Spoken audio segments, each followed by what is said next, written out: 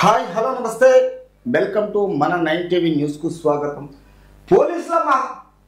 పోలీసుల పహారాలో గ్రామ సభల సర్కార్ తీరుపై ప్రజల్లో వ్యతిరేకత. హరీష్ రావు అంటే వాళ్ళ పరిపాలనలో ఉన్నప్పుడు పోలీసులనే వాళ్ళ దగ్గర పెట్టుకున్నారు, ఫోన్ ట్యాపింగ్ చేసిండ్రు. ఈరోజు కాంగ్రెస్ అధికార పార్టీలో ఉంటే పోలీసుల పహారాలో గ్రామ సభల అంట. ఏముంది అంటే పోలీసులు బందోబస్తుకు వచ్చినా వాళ్ళ ఆధీనంలో పనిచేసినట్టుగా, అంటే కాంగ్రెస్ను వ్యతిరేకత చూపించాలని.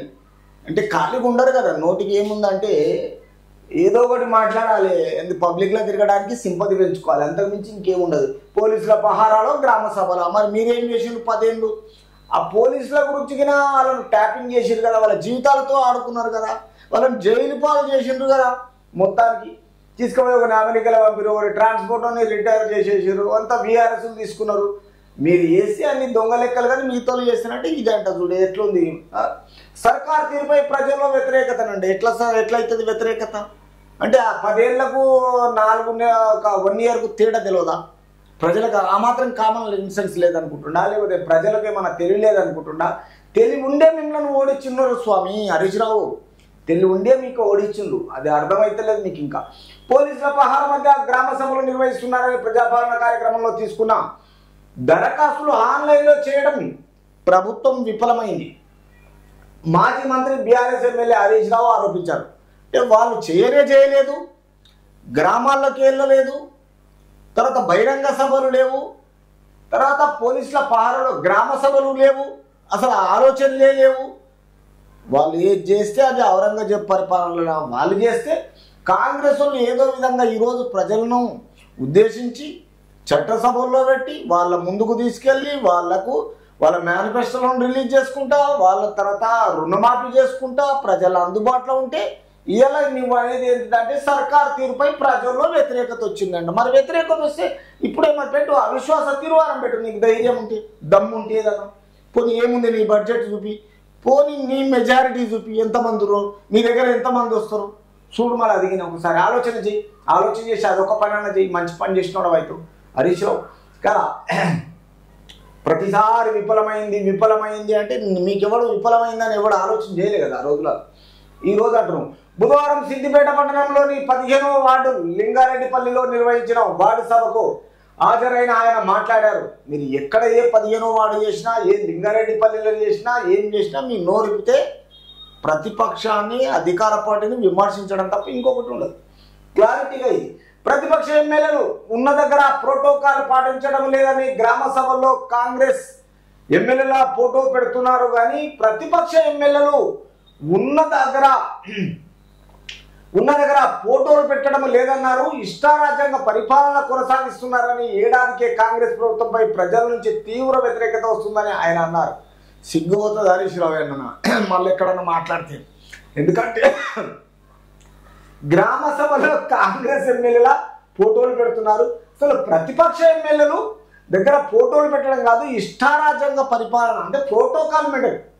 ప్రైమ్ మినిస్టర్ వస్తేనే ప్రోటోకాల్ మెయింటైన్ చేయని కేసీఆర్ ఇలా మీ మామగారు ఇక్కడ తలసాని పంపింది. అర్థమవుతుందా? ఒక ప్రోటోకాల్ మెయింటైన్ చేయాలంటే గినా ఒక ఇన్స్ట్రక్షన్స్ ఫాలో కావాలి పైనుంచి. ప్రైమ్ మినిస్టర్ వచ్చినప్పుడు ఒక చీఫ్ మినిస్టర్గా నువ్వు గెలవలేదంటే, నువ్వే చేయలేదు, ఈరోజు మళ్ళీ నువ్వు ఆ విషయం తీస్తున్నావు అంటే ఏంతో ఎవరు నవ్వుతారో నాకు అర్థమైతలేదు. ఇది హరీష్ రావే చెప్పాలి, ఆయనకే వదిలిపెడదాం, ఆయన కృతజ్ఞతనే ఇదంతా. ఎందుకంటే ఇది కరెక్ట్గా ప్రోటోకాల్ మీనింగ్ మొత్తం వాళ్ళకే వదిలిపెడదాం. బీఆర్ఎస్ల గురించి ఇష్టారాజ్యంగా పరిపాలన అంట. మీరేం చేసిరు మరి? ఫస్ట్ మీరు చేసిందే కదా, మీ అడుగుజాడలు ఇంకా అసలు రాలేదు. పర్వాలేదు, కొంచెం పబ్లిక్ భయపడేనా పాలక వర్గం అంతా బ్రహ్మాండంగా వర్క్ చేస్తున్నారు, కానీ మీరు మాత్రం ఏ విధంగా చేస్తుంది, ఎందుకు వ్యతిరేకత వస్తున్నదో కొంచెం ఆలోచన చేయండి. రైతుల రుణమాఫీపై ప్రభుత్వం శ్వేతపత్రం విడుదల చేయాలని, ఎంతమంది రైతులకు రుణమాఫీ జరిగిందో ప్రభుత్వం చెప్పాలని డిమాండ్ చేశారు. నువ్వు ఎన్ని రోజులున్నా రోజు ఒకటి మాట్లాడతావు, నీతోటి ఎవ్వడు మాట్లాడకుండా ఉండి నువ్వే హీరోవు, నీవే కరెక్ట్గా రాజువు అని నీకు వదిలాలి. అప్పుడు కానీ నీ మనశ్శాంతి ఉన్నది తప్ప వేరే పార్టీ పని చెయ్యొద్దు. నేను అధికారంలో ఉన్నా, నాకే సింపతి కావాలి, నేనే 7 ఫీట్లు ఉన్నా, కాంగ్రెస్లో ఎవడూ లేడు, బీఆర్ఎస్కు నేను మొత్తాన్ని పరిపాలించిన అసలు కాళేశ్వరంలో మొత్తం డబ్బులే తీసుకోలేదు. మిషన్ కాగిరత, మిషన్ భగీరథ, మిషన్ కాకతీయుల మొత్తం ఏది ముట్టుకోలేదు. నీతి నిజాయితీగా 10 సంవత్సరాలు నేనే చేసిన అనే విషయంలో అందరికీ తెలిసిపోయింది మొత్తం. ఇంకా దాని విషయంలో మాట్లాడక ఇప్పుడు శ్వేతపత్రం విడుదల చేయాలంటే ఏం విడుదల చేస్తారు? మీరు చేసిన మీ కుటుంబ పరిపాలనలు, మీ ఆస్తులు విడుదల చేయండి. ఫస్ట్ ఎవరు వాళ్ళకి ఇచ్చేయండి. ఎక్కడికి వెళ్ళి వచ్చినాయి ఆ భూములు? ఆ ఒక్బోర్డ్ ల్యాండ్ లెక్క ఏమైనాయి? కబ్జాలు ఏమైపోయినాయి? ఫామ్ హౌజులు ఏమైపోయినాయి? ఒకసారి అవి ఆలోచన చేయండి. ఫస్ట్ అవి రిలీజ్ చేయండి. పబ్లిక్ సొమ్ము ఎంతగానో తింటారు. ఇంకా తిని దాచుకొని ఏం చేస్తారు? ఎల్లకాలం నేనే ఉంటా అనుకుంటారా ఏమి? అధికారం టైం వచ్చిందంటే వెళ్ళిపోవాలి వీడికి వెళ్ళి. అది తెలుస్తలేదు. ఎంతమంది రైతులకు రుణమాఫీ జరిగిందో డిమాండ్ చేయాలి. మీరు 18లో రుణమాఫీ అది ఇచ్చింది మీరు, దాన్ని ఇంకా రుణమాఫీ లేకుండా చేసిన దానికి ఇప్పుడు మీకు శ్వేతపత్రం విడుదల చేయాలి. వా, ఏం తెలివినైనా మీరు తెలివిన ఎగ్జిబిషన్లో పెడితే బాగుంటుందేమో. ఇప్పుడు నిమ్మడంగా రైతులు ఆత్మహత్యలు చేసుకుంటే ప్రభుత్వాన్ని చీమకుట్టినట్టయినా లేకపోవడము దుర్మార్గం అన్నారు. ఒకసారి ప్రతిపక్షంగా ఏ రైతులు చేసుకున్నారు అంటే మీరు చేసుకున్నప్పుడు, మీరు పరిపాలన ఉన్నప్పుడు చేయలేదా? ఎంతమంది ఆత్మహత్యలు చేసుకున్నారు ఏమన్నా చూసిండ్రా? కొండగట్టుకు 49 మంది చేస్తే పరామర్శించలేదు. సిగ్గుసేట. అది ఇంకా సిరిసిల్లలో మొత్తం హాస్టళ్లకు ఘోరంగా పురుగులు అన్నం పెట్టిరు పిల్లలకు. అర్థమవుతుందా? మీరు చేసిన వ్యవహారాలు ఒక్కొక్కటి తలుచుకుంటే ప్రజల్లో మొత్తం ఏమంటారు, గుండె మొత్తం రాయైపోతుంది. మీరు ఎక్కడికి వెళ్ళి వచ్చిరో తెలంగాణ రాష్ట్రానికి కానీ రాష్ట్రాన్ని నాశనం చేసిన ఘనత అంటున్నారు. క్లియర్గా అంటున్నారు ఇది తెలంగాణలో.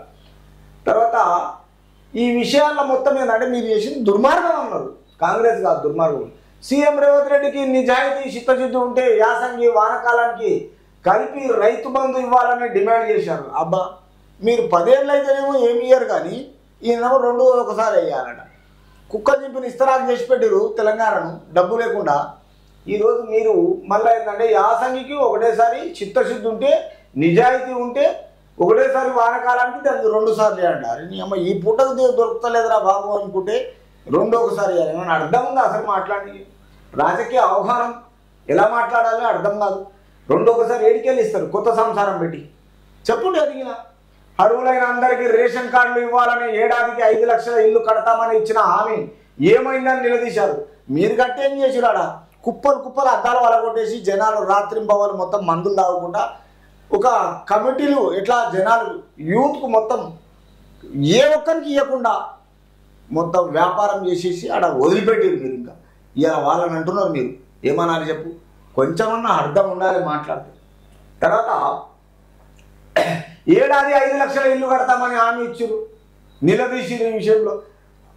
తర్వాత అధికారంలోకి వచ్చి ఏడాది పూర్తి అయినా ఒక్క ఇల్లు అయినా ప్రభుత్వం కట్టిందా అని ఆయన ప్రశ్నించారు. పోయి తిరిగి చూసిరా తెలంగాణ స్టేట్లో ఏ ఏరియాలో కట్టిండ్రు, ఏమైపోయింది, ఏం కథ రిపోర్ట్.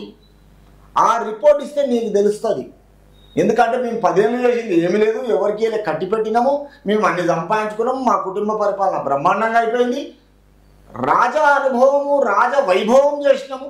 కాంగ్రెస్ ఇప్పుడు ఏం చేస్తలేదు, పాలకవర్గము చేసిందానికి అది మేమే ప్రతిపక్షంలో ఉండి చేస్తున్నాం అని చెప్పు తిప్పికోడు. ప్రజల్లో సింపతి వస్తుంది. లోపలికి పోతావా సింపతి వస్తుందా ఏమైతుంది? రేపటి రోజున హరీష్ రావుకు క్లారిటీగా తెలంగాణ విషయంలో అవగాహన లేక బయట తిరగలేక ఒక సిద్దిపేట హైదరాబాద్ తప్ప ఆయనకి ఏమి తెలియదు. ఆయన ఏంది, ఆయన స్థాయి ఏంది, ఆయన ఎక్కడి నుంచి వచ్చిండు, ఏమైంది, ఎక్కడ ఏ జేఎన్టీలో చదువుకున్నాడు, ఆయన కథ ఏంది, అందరూ రాజకీయ అవగాహన ఉన్నోళ్ళే. ఎవరైనా పిచ్చోళ్ళు లేరు. తెలంగాణ ప్రజలకి అంత పిచ్చోళ్ళు లేరు. తొందరపాటి ప్రతిపక్షంలో ఉండి ఇట్లాంటి మాత్రం మాట్లాడకు. జనాలే నీకు బుద్ధి చెప్తారు. జాగ్రత్త.